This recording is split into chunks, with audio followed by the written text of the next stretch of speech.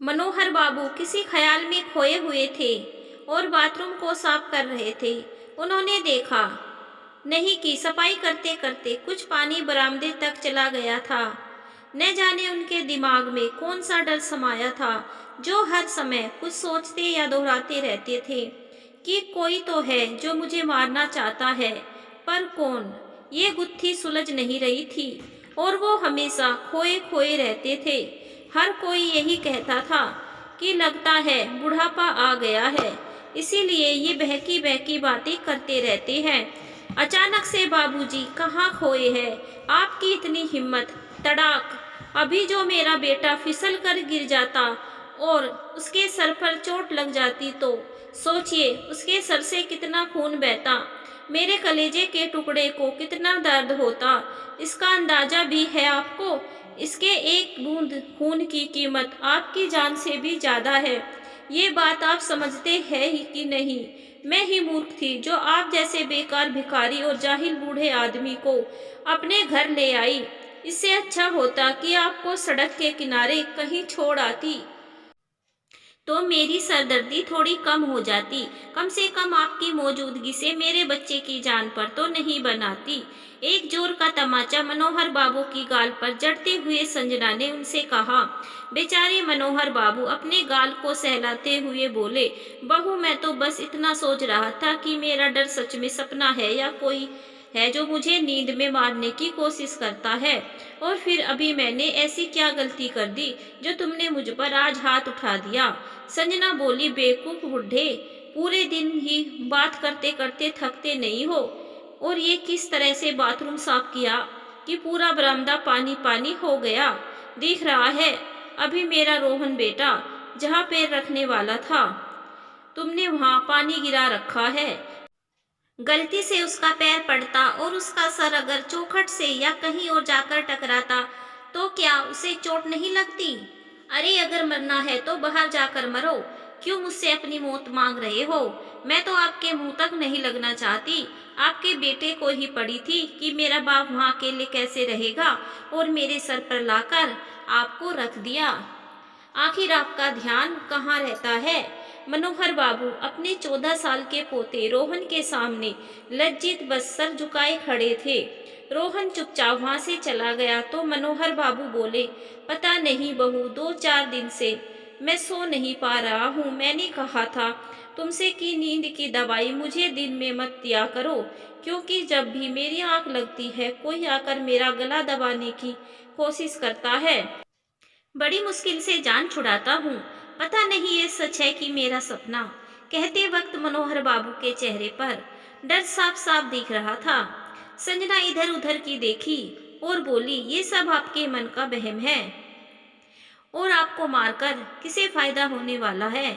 हमें तो नहीं। आप बस ये याद रखना कि आपकी लापरवाही के कारण अगर मेरे बच्चे को जरा सी भी खरोच आई तो मुझसे बुरा कोई नहीं होगा। इतना कहते हुए वहां से चली गई। मनोहर बाबू की बातों से सुजीत और ममता के अलावा बाकी के लोग भी परेशान थे कि आखिर ये सपना है या उन्हें सच में कोई मारना चाहता है। यही सोचते सोचते मनोहर बाबू अपनी पुरानी यादों में खो गए, जब उनकी पत्नी के देहांत के बाद भी वो अपने आप को संभालते हुए चैन की जिंदगी जी रहे थे। मनोहर बाबू रिटायरमेंट के बाद अपने बड़े से मकान में अपने पुराने नौकर रामदीन और उसकी पोती ममता के सहारे अच्छे से जीवन जी रहे थे। रामदीन का भी ममता के अलावा कोई नहीं था। बेटे बहू की कोरोना काल में ही मृत्यु हो गई थी।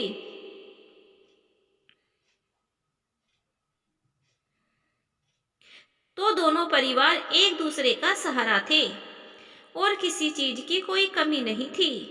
मनोहर बाबू के गांव में भी संपत्ति भरपूर थी और उन्हें पेंशन भी मिल रहा था, परंतु बहू के कहने पर उनके बेटे सुजीत ने बहला फुसलाकर उस मकान को बेचकर बाकी की संपत्ति भी अपने नाम पर कहकर करवा ली कि अब मैं सब कुछ देख लूंगा, आप आराम कीजिए। सुजीत ने पहले तो अपने लिए बड़ा सा मकान लिया, फिर घर के पिछवाड़े में एक सर्वेंट क्वार्टर बनवाया 2-4 महीने मनोहर बाबू को अपने साथ रखा, खूब ख्याल रखा। जब सब काम हो गया, फिर एक पुराने कबाड़ की तरह उन्हें सर्वेंट क्वार्टर में फेंक दिया। रामदीन को संजना ने काम से निकाल दिया, ये कहकर कि एक बूढ़ा कम है कि 2 बूढ़े को अपने घर में रखूं। ममता के महीने के पैसे रामदीन को गांव में भेज देंगे और ममता को वो अपने फायदे के लिए साथ ले आई। संजना जब भी मनोहर बाबू से कुछ काम कहती तो ममता आगे बढ़कर उनके हिस्से का काम कर देती। वही तो थी जो मनोहर बाबू को रूखी सूखी रोटी देकर भी जिंदा रखी हुई थी, वरना बेटे बहू को तो कुछ नहीं पड़ी थी। वो तो पीछे सर्वेंट क्वार्टर में झांकने तक नहीं जाते थे। एक रोज जब ममता संजना के एक कमरे की साफ सफाई कर रही थी तो उसने खिड़की से देखा कि संजना मनोहर बाबू के हाथ में कोई दवाई देते हुए बोली, आपके हाथ पैर में दर्द होता है, नींद नहीं आती है, तो ये दवाई ले लीजिए। इससे काफी आपको नींद भी आएगी और दर्द भी नहीं होगा। मनोहर बाबू को लगा कि बहू को ससुर पर दया आ गई है, तो उन्होंने बिना कोई सवाल जवाब के दवाई ले ली। कुछ देर बाद जब ममता रोटी लेकर मनोहर बाबू के पास जाने लगी तो संजना बोली, कोई जरूरत नहीं है अभी बाबूजी को रोटी देने की, वो आराम कर रहे हैं। तुम जाकर छत पर कपड़े डाल दो, रोटी मैं दे दूंगी। इतना कहकर उसने ममता को काम में लगा दिया। न जाने क्यों ममता को शक हुआ। उसने संजना का पीछा किया तो देखा कि दवाई की वजह से मनोहर बाबू गहरी नींद में सो रहे थे और संजना तकिए से उनका मुंह दबा रही थी। अचानक से कुछ गिरने की आवाज आई और संजना सचेत हो गई और उन्हें छोड़कर चली गई। उस रोज ममता को समझ में आया कि आखिर मनोहर बाबू क्यों डरते हैं। वो सपना नहीं देख रहे थे, बल्कि सच में उनके साथ ये घटना हो रही थी। समय जैसे जैसे बीत रहा था, मनोहर बाबू का डर बढ़ता ही जा रहा था, क्योंकि संजना उन्हें एक बार में मारना नहीं चाहती थी। वो तो कुछ ऐसा करना चाहती थी कि डर के मारे मनोहर बाबू किसी घटना का शिकार हो जाए और कोई उस पर शक भी ना करे।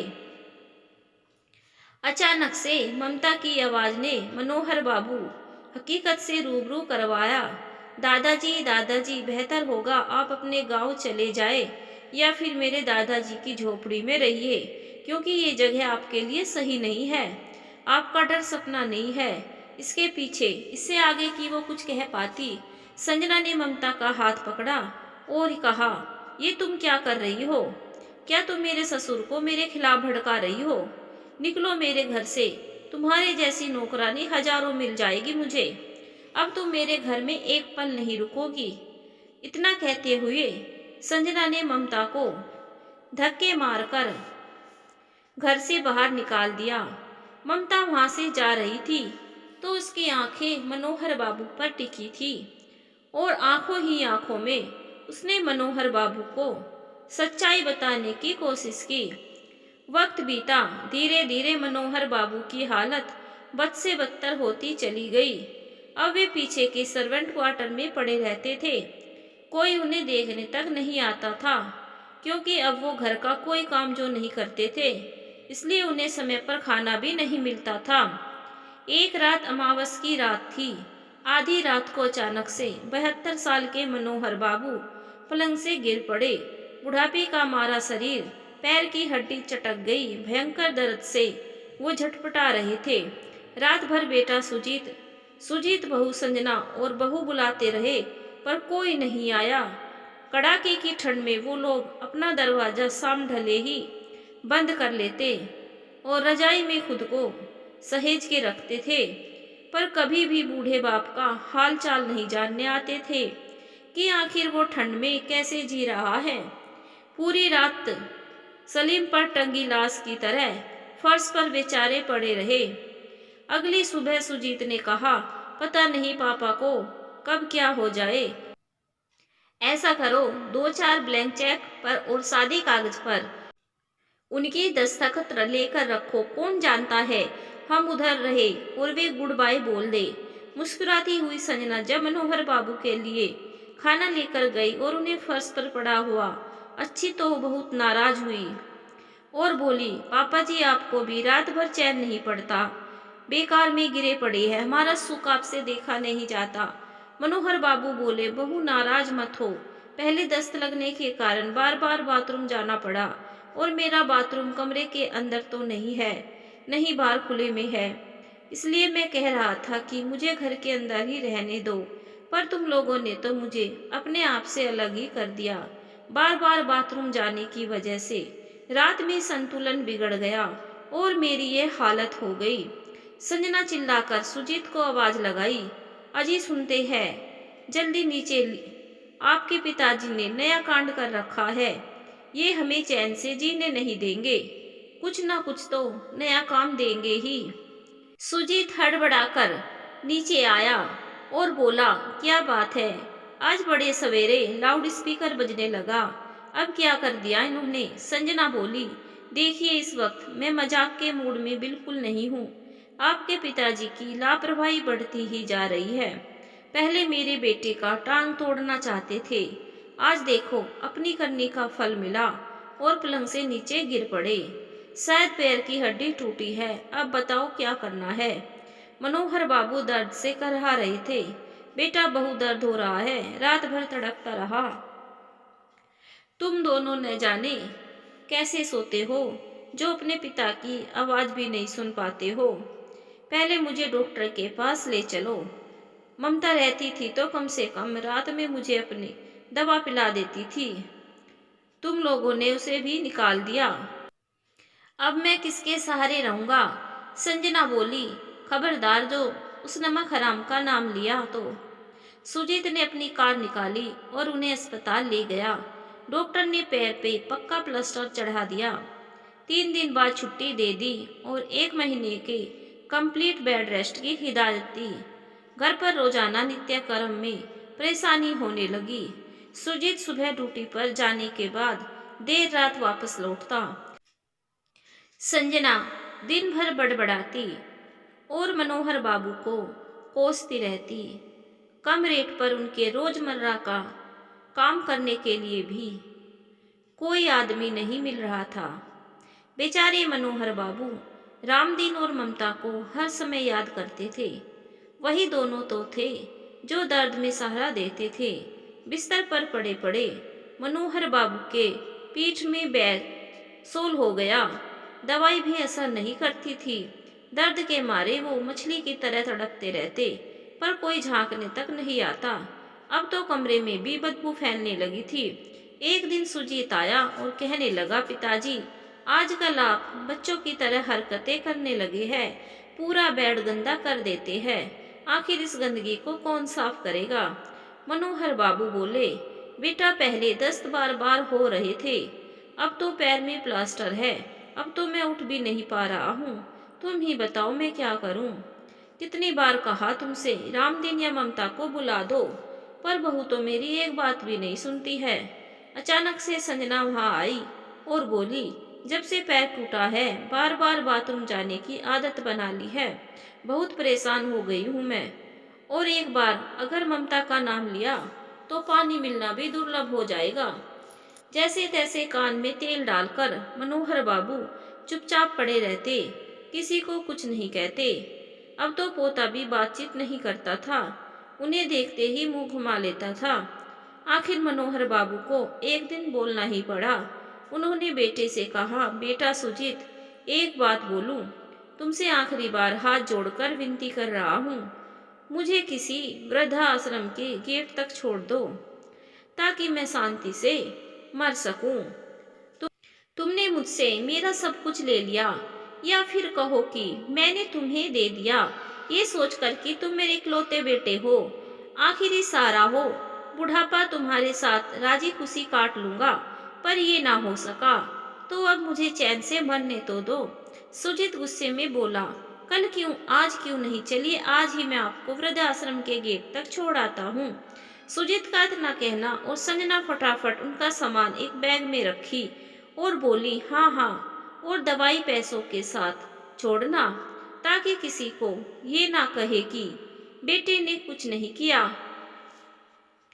इतना कहकर बेचारे लाचार मोहन बाबू को गाड़ी में बैठाया और इतनी निर्दयता के साथ उन्हें पुराने वृद्ध आश्रम, जो शहर के बिल्कुल बाहरी छोर पर था, वहां छोड़कर सारा सामान वहीं फेंककर वो लोग वापस आ गए। मनोहर बाबू ने अपनी लकड़ी के से गेट पर मारना शुरू किया। जब गेट की आवाज अंदर लोगों तक आई तो कुछ लोग उन्हें सहारा देकर आश्रम के अंदर ले गए। फिर मनोहर बाबू ने अपनी सारी आप बीती बताई। अगले दिन मनोहर बाबू ने किसी तरह रामदीन और ममता को अपने आश्रम का पता भिजवाया। दोनों वहां आए। बेटे बहू ने इतना तकलीफ दिया था कि मनोहर बाबू ने अपने मन में निश्चय कर लिया था कि जिन लोगों ने मुझे एक एक रोटी के लिए तरसाया, मेरी इज्जत नहीं की, यहाँ तक कि मुझे मारने की कोशिश की, उन्हें मैं अपने मेहनत की कमाई को भोगने नहीं दूंगा। यही सब सोचकर उन्होंने ममता के हाथों एक लंबी चौड़ी शिकायत भरी चिट्ठी लिखी, थाने में भिजवाई। उनकी हालत को देखकर पुलिस आश्रम तक आई और सारा हाल पूछा। ममता का बयान दर्ज किया गया क्योंकि ममता ने अपनी आंखों से देखा था जब संजना ने मनोहर बाबू को मारने की कोशिश की थी। सबका बयान लेने के बाद पुलिस सुजीत के घर पहुंची और दोनों को गिरफ्तार कर लिया गया। आखिर मनोहर बाबू के डर और सपने की वजह सबके सामने आई कि वो डर नहीं था, वो हकीकत था। पर उनके पास कोई सबूत नहीं था कि ये सच्चाई है। पर्दा हटा, सच्चाई सबके सामने आई और बेटे बहू को उसकी सजा मिली। मनोहर बाबू ने पोते को हॉस्टल भेज दिया और उसके पढ़ाई का सारा खर्चा अपने जिम्मे लिया। समय बीता और फिर धूमधाम से ममता की शादी रचाई और फिर अपनी बची हुई संपत्ति अनाथ आश्रम और वृद्धाश्रम के नाम किया और बड़े ही संतोष के साथ रामदीन से कहा, रामदीन अब ना बची है बांस, ना बजेगी अब बांसुरी। ये पैसा ही हम बुढ़े माँ बाप के दुखों का कारण बन जाती है। अब ये पैसा रहने ही नहीं दूंगा तो मेरे दुख का कारण क्या होगा। अब तुम और मैं अपना बुढ़ापा आराम से वृद्धाश्रम में गुजारेंगे और अपने जैसे लोगों को आगे जीने का हौसला देंगे। क्यों, क्या कहते हो?